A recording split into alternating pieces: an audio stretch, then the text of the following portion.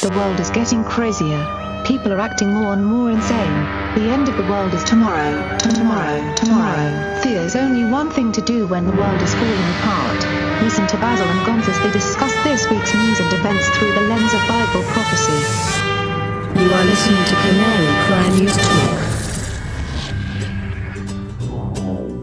You're listening to Canary Cry News Talk. Today is April 11th, 2019, episode 134, Genetic Astrology and Robo-SalesMom. My name's Basil. And this is Gonz, Sleep Deprived. Yeah. This is the podcast where we bring you other news with Canary Cry views. Breaking news, Gons. Breaking news? You went to the dentist. Yeah, I did. That's cool. How was that? It was good, you know. New tooth. Got a new tooth. Nice. Yeah, half a new tooth on an old tooth. It's better than no tooth. That's true. That's what my mom always said. Very true. Yep. All right. Well, that ends our exclusive news update. Wonderful. All right. I'm going to kick us off with a flippy update, Gons. Flippy update. Do you want fries with that? Wired.com. Meet Blue, the cheap and manipulative, in a good way, robot. Okay, I'm not going to read this whole thing here, but the good news is in a tiny lab in UC Berkeley next to the whirring 3D printers on the wall in front of an old Persian rug patterned couch stands Blue the robot. It's a pair of bulky humanoid arms only with pincers for hands. Attached to a metal stand, wielding a pair of VR motion controllers, I, Basil, wave my arms around, and Blue follows me faithfully. It's my own robotic doppelganger, kind of like a human-piloted monster-fighting robots of Pacific Rim, only way cheaper. And here's the good news, Gons. This is a pair of flippy arms, so double flippy 360, and thanks to the advent of 3D printing and cheap motors, we're going to be able to get a double pair of flippy arms for $5,000 per arm. That's doable. Doable, but I mean, it's still a lot. I mean, it's doable. I think I can Kickstarter this one to at least get one flippy arm. If I can just conjure all of the goodwill that I have built up over the years to earn $5,000 to buy my own flippy arm, think of the possibilities. Oh my gosh, you're going to be running around with a flippy arm in this lifetime. It's going to happen at some point, folks. It's really a dream come true. So yeah, there you go. It's a cheap flippy arm that we can buy and we can make do whatever we want. It's great. I will name her Sheila because all robots are females from now on. So there's my flippy update for the day.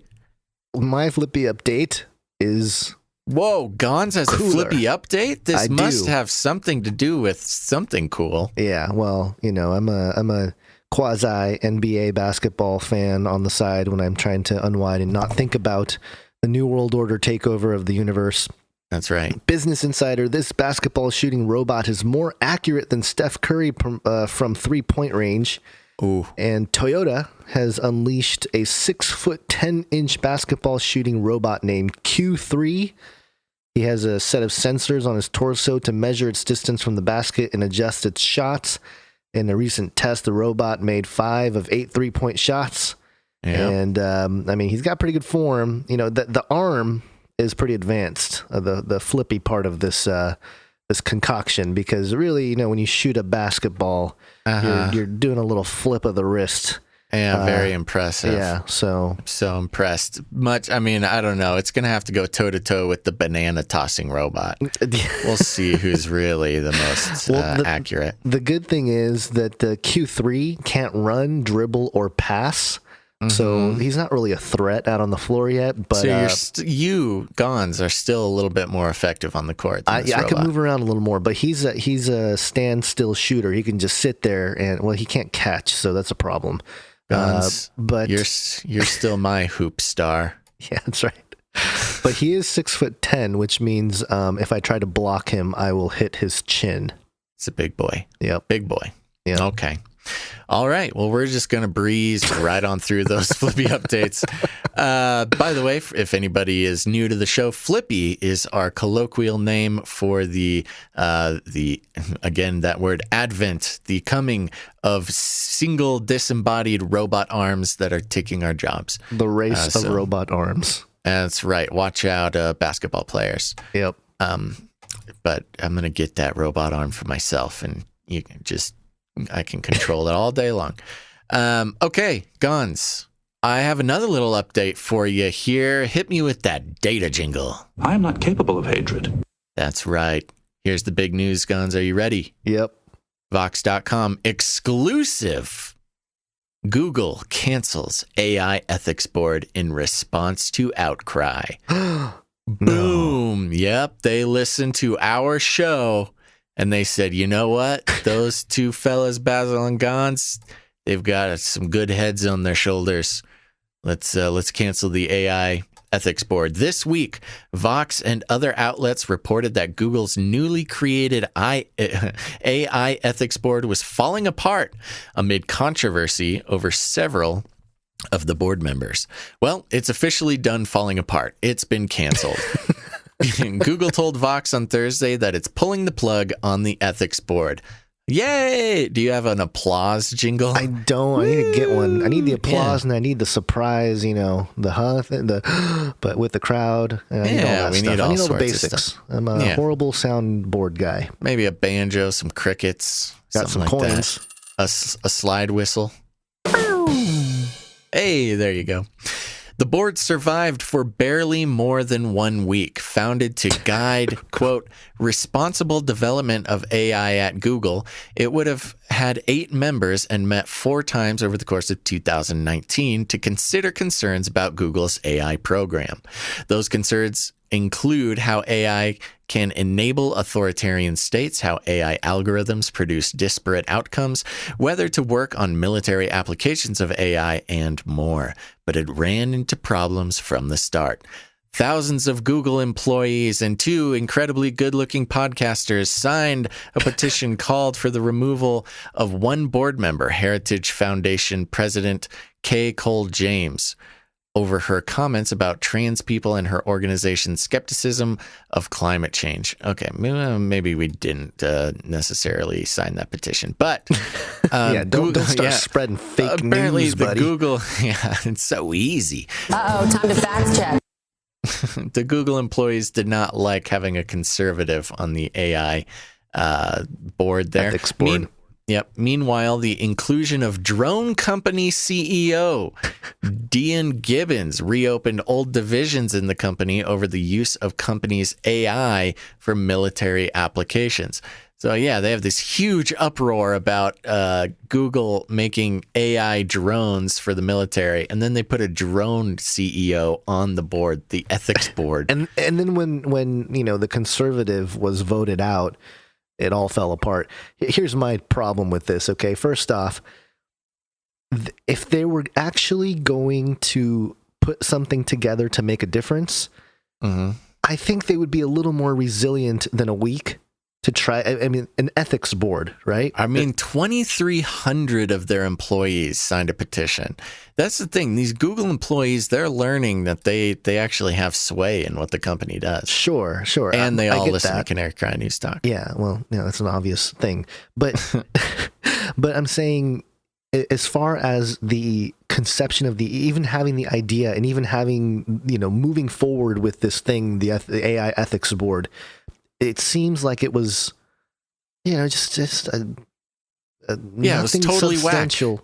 whack. No substance right from the beginning. And when you see something abandoned that quickly, obviously, they're responding to the people, but at the same time, I feel like their intentions were never that good anyway. And so, stuff like that seems to crumble faster. They gave it up pretty easy. I mean, the AI tribunal never seemed like a good idea. And as usual, it's totally possible that they meant to make it not a good idea. They specifically put people on there that would cause outrage because, they don't want an AI ethics board. They just want to do their work, create the AI that'll change the future and make Google the supreme ruler of the earth. whatever shape it may be. So yeah, it's totally possible, in my opinion, that they planned for it to fail all along. Yeah. But they certainly got what they wanted. Just to give a little bit more background on the collapse here, board member Alessandro Acquisti resigned. Another member, Joanna Bryson, defending her decision not to resign, claimed of James, that's the conservative, "Believe it or not, I know worse about one of the other people." So there was, again, remember, this is coming from liberals. They knew something worse about someone than just the conservative person. Other board members found themselves swamped with demands that they justify their decision to remain on the board. Thursday afternoon, Google spoke. Before you go on, sorry. Okay. Sorry. What do you think that thing is? Do you think it's like a QAnon person or like a Pizzagate kind of person? Or do you think it's like... Yeah. That's would kind of what I think thought of. My guess would be, given the context and the company and just the culture of Silicon Valley, probably some sort of sexual misconduct. Oh, you think it's okay? All right, yeah, maybe like a Weinstein type thing. Okay, so you're going way deeper into like actual stuff. But I don't know. I mean, it was kind of hard to tell. That's just where my mind went. I usually, when you're trying to say like, oh yeah, I mean, there's the conservative, but there's that other guy. There's something worse about him. If it's just conservatism or the sexual abuse person, it seems a little, I don't know. It just seems a little weird, if it's in that context. What's weird?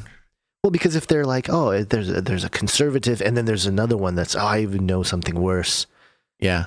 So is it in that context? Is it that, QAnon and all that stuff is like a worse version of the conservatism, or I don't think it's a QAnon thing. I think this person is just saying like, yeah, that one's a conservative, has some weird views on climate change, but this other person's, like actually done horrible things type deal. I'm just saying Weinstein type thing. There's all these weird, these people in power. They're scared. They're shaking in their boots. And liberals are totally down to cannibalize their own political party under these circumstances. So I could totally see that being a thing. Yeah. Sorry for the derailment, but continue. Total derailment, man. I'm sorry. Every once in a while, I want to, shake up the train and have us fall off so we can shake up the train. Other board members found themselves swamped with demands that they justify their decision to remain on the board. Thursday afternoon, a Google spokesperson told Vox that the company has decided to dissolve the panel called the Advanced Technology External Advisory Council, ATAC. Huh. I wonder, that's such a weird acronym. Is ATAC anything? I don't know. Does that refer to some like goddess of war or something? I don't think so. We'll see. Let me look it up while you keep these reading. People and their acronyms. Yeah. Dissolve the panel entirely. Here is the company's statement in full. It's become clear that in the current environment, ATAC can't function as we wanted. So we're ending the council and going back to the drawing board. We'll continue to be responsible in our work on the important issues that AI raises, and we'll find different ways of getting outside opinions on these topics. How could you possibly get outside opinions on the topic besides creating a board filled with people that you want to be on it? The panel was supposed to add outside perspective to ongoing AI ethics work by Google engineers, all of which will continue. Hopefully, the cancellation of the board doesn't represent a retreat from Google's AI ethics work, but a chance to consider how to more constructively engage outside stakeholders. So yeah, there you go. I think they meant for this to collapse from the beginning. That's why they chose the disagreeable people in the first place.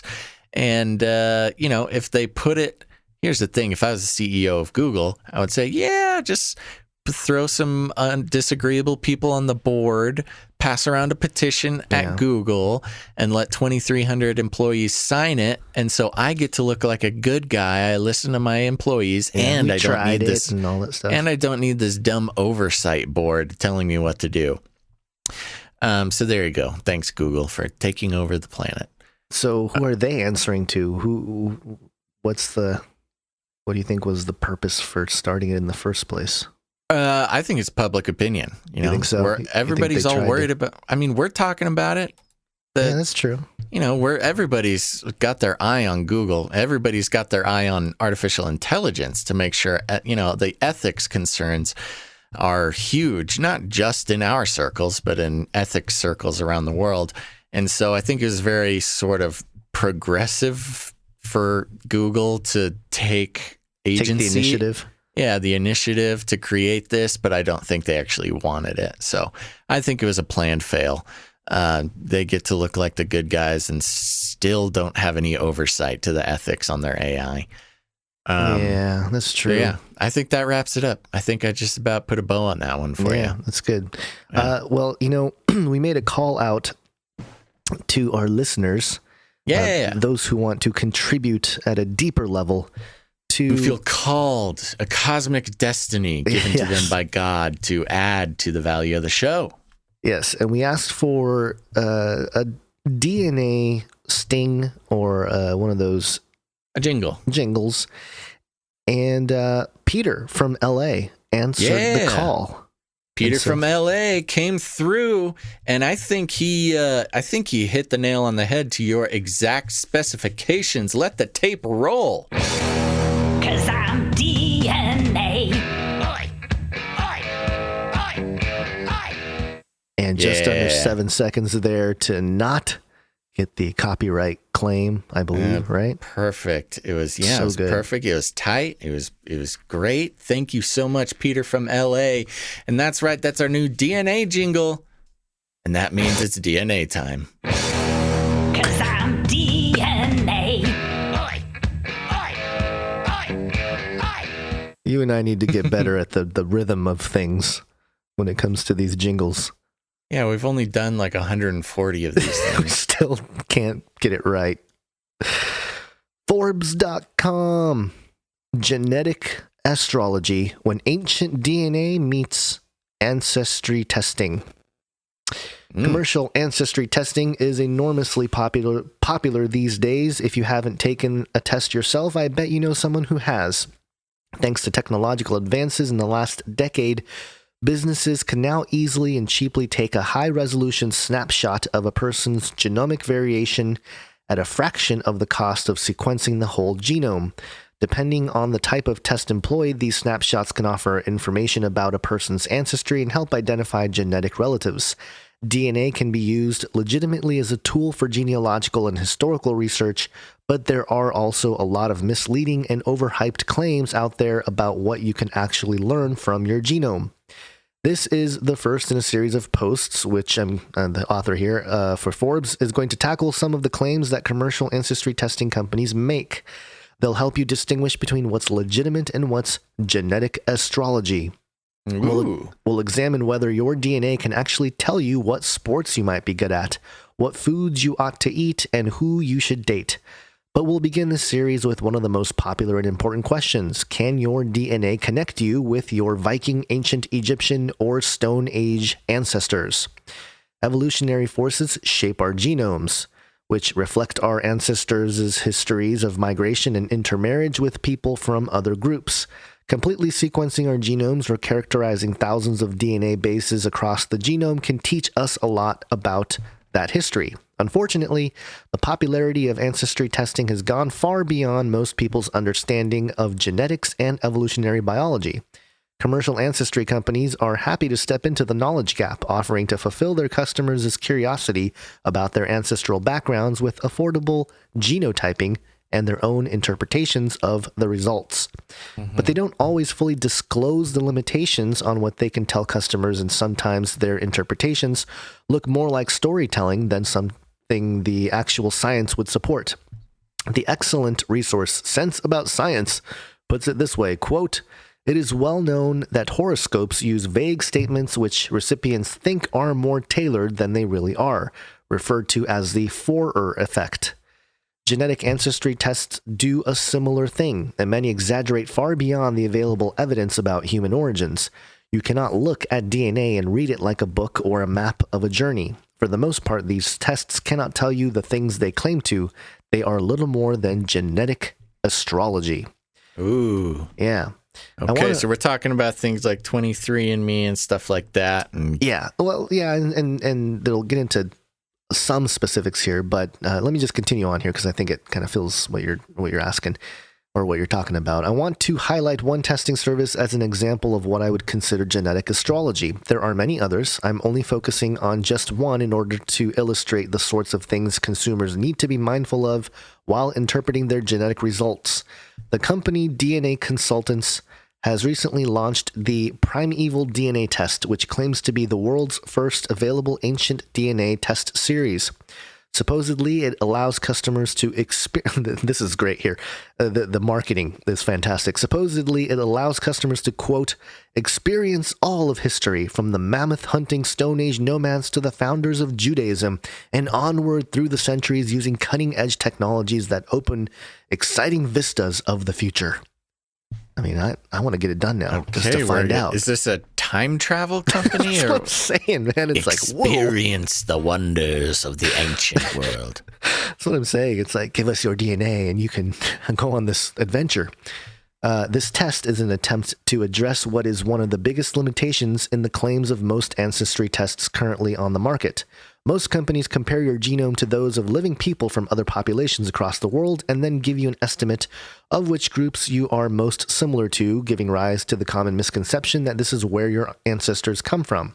But people living in a region today may not be genetically similar to those who lived there in the past. Ancient DNA analysis are the only ways we can understand the genetic variation in a region at any given point in time. This is a principle upon which the Primeval DNA test is marketed, and in theory, it might sound reasonable. DNA consultants claim that they are able to, quote, compare you to actual people who lived hundreds and even thousands of years ago around the world, such as Vikings in medieval Iceland, one that I believe Basil is derived from. Perhaps, maybe. Not Iceland. Those Icelanders, they got nothing on us Norwegians. Oh, that's right. Norwegian. Yeah. Okay. Or Stone Age Europeans using their database of ancient genomes. As they say on their site, quote, find out if you have true Israelite, Viking, Chumash Indian, British Roman, or ancient Egyptian ancestry, and more. Like ninjas. But this, too, is a form of genetic astrology. Dr. Deborah Bolnick, a geneticist at the University of Connecticut, explained that, quote, equating genetic similarity with genetic ancestry is deeply problematic because this test compares the test taker's DNA with a very limited sample of people from the past. We don't know if shared genetic markers are derived from that person, or even their community or broader cultural group. Other communities likely shared the same genetic markers, and a test taker might have even greater genetic similarity with an ancient community not included in the comparison. Furthermore, the degree of genetic similarity can tell you if someone was a close or distant genetic relative, but not whether they were a direct ancestor. And it kind of goes on here and talks about, the reason why this is basically, we're all kind of related in some way, and the problems that arise when, they just take a small snippet of information and they extrapolate this wild story from it. But I can easily see why they're doing this. It's a very enticing way to get people to it makes a bunch of money. Yeah, it makes a lot of money. And the way that they do this, they're working off databases unlike 23andMe and such, where they have a huge database of other people's current DNA in modern times. These people have a database of things like mummies or like bones found or something. I don't know. This is just a highly simplified version of it. But, archaeological DNA samples, and they're going to compare your DNA with theirs, which is just the least precise way to sort of what this is it's DNA tourism is what this is. You pay some money and some guy just like tells you some fun stuff that has no basis in reality, kind of like astrology.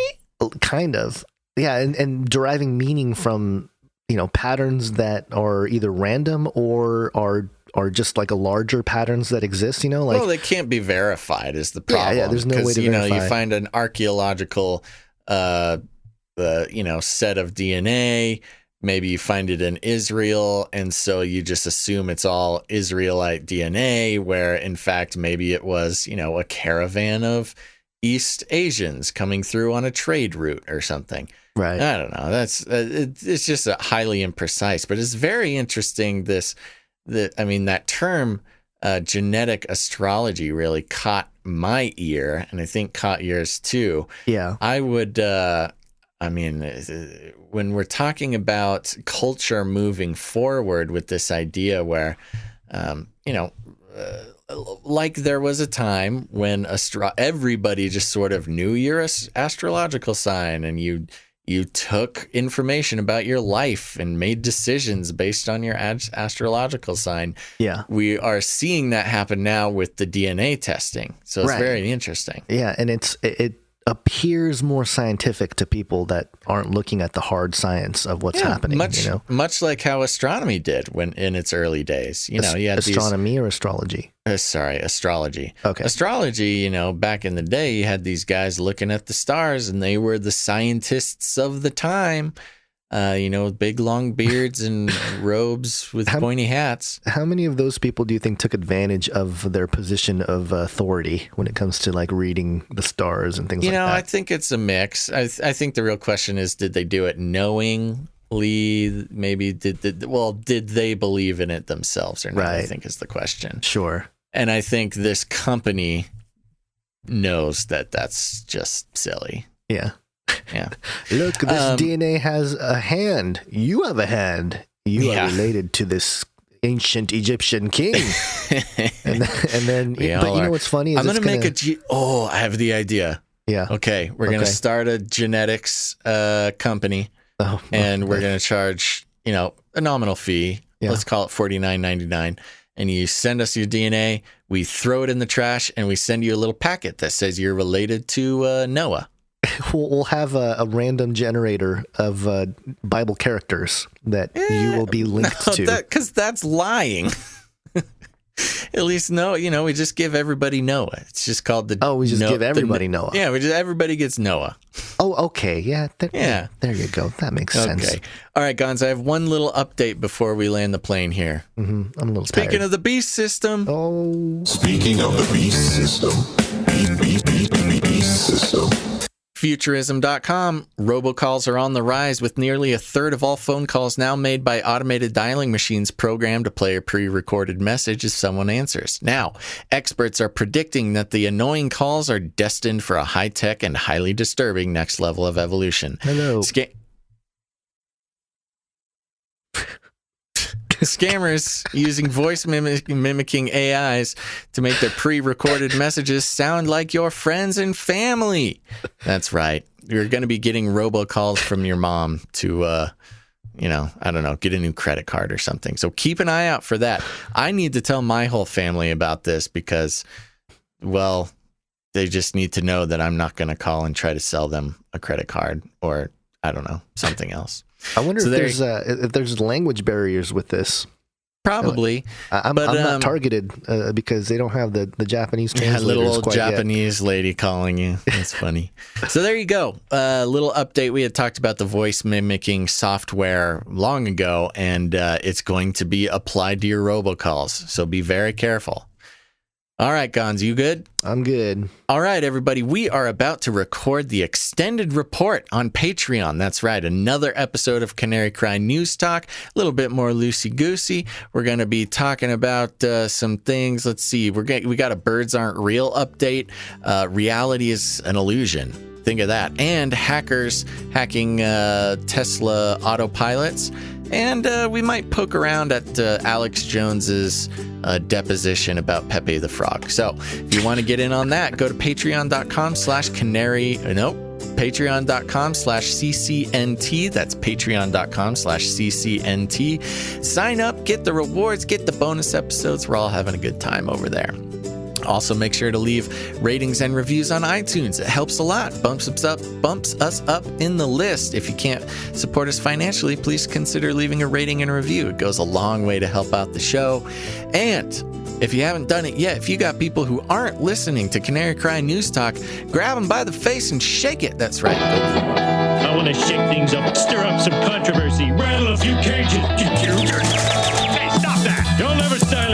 I'm the last angry man, a crusader for the little guy. Leave the bird alone. Never. Rattle a few cages. Rattle a few cages. Remember, reality is an illusion. The universe is a hologram. Buy gold. Bye. That's right. Thanks so much for listening to this episode of Canary Cry News Talk. Make sure to tune in next time. But until you do, think outside the cage.